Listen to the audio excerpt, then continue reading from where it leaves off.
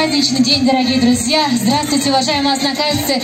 Сегодня 30 августа, значит, мы сегодня вместе с вами празднуем такой значимый праздник для всей нашей республики. День Республики Татарстан.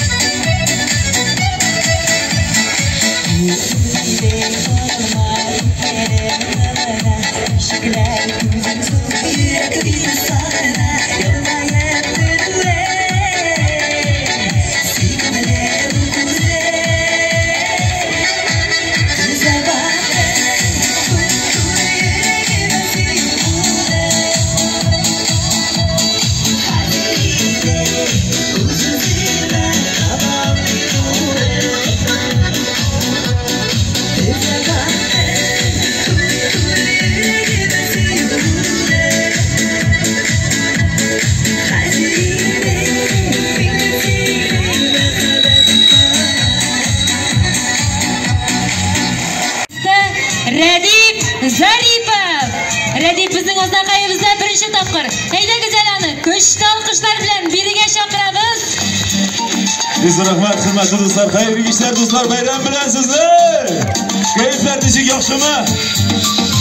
O'zimiz aytganlarning birisi, Oyjonim ko'rishilma borsida yaxshi bo'ladigan darajada sevishli do'stlar. Ömürde deyipsin, ko'nglingni tushirma, ne bo'lsa da bu turmushda yozmishda